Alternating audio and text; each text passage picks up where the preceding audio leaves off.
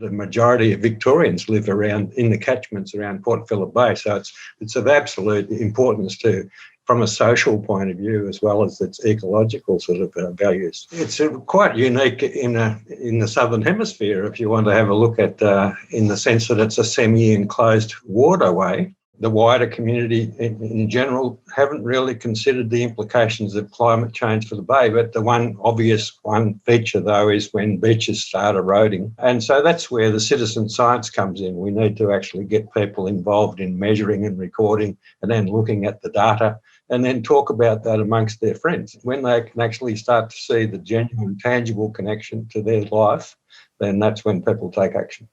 It has been a long journey. I mean, the discussion began in 1998. Over the course of the time, the 80s and the 90s, there were a number of local community groups that emerged that were looking at saving the penguins, looking after the penguins, studying them, also revegetating the foreshore and bringing back local native plant species, etc. There's a whole host of environmental issues that local government was having to deal with. They saw the benefits in having a community hub. And within a few years, though, the funding that the City of Port Phillip was providing was probably only about 25% of the overall income that the organisation was generating from other external sources.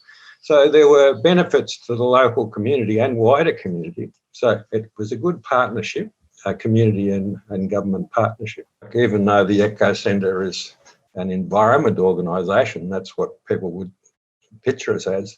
I always view it as we're a community development organisation, just reaching out to try and bring in more people, and not just the usual suspects, but the wider community. If you can actually engage them a bit too, then that's going to be a better, a more attractive option for funding bodies and better outcomes. We've got beach patrol groups that come out every month, in large numbers and do massive amounts of work, and now that's even expanded into the suburbs. So the Love Our Streets program is growing on the beach patrol success. So just seeing that genuine community passion for caring for the environment and contributing, so that's something that's going to benefit everybody, is a really fantastic thing to see.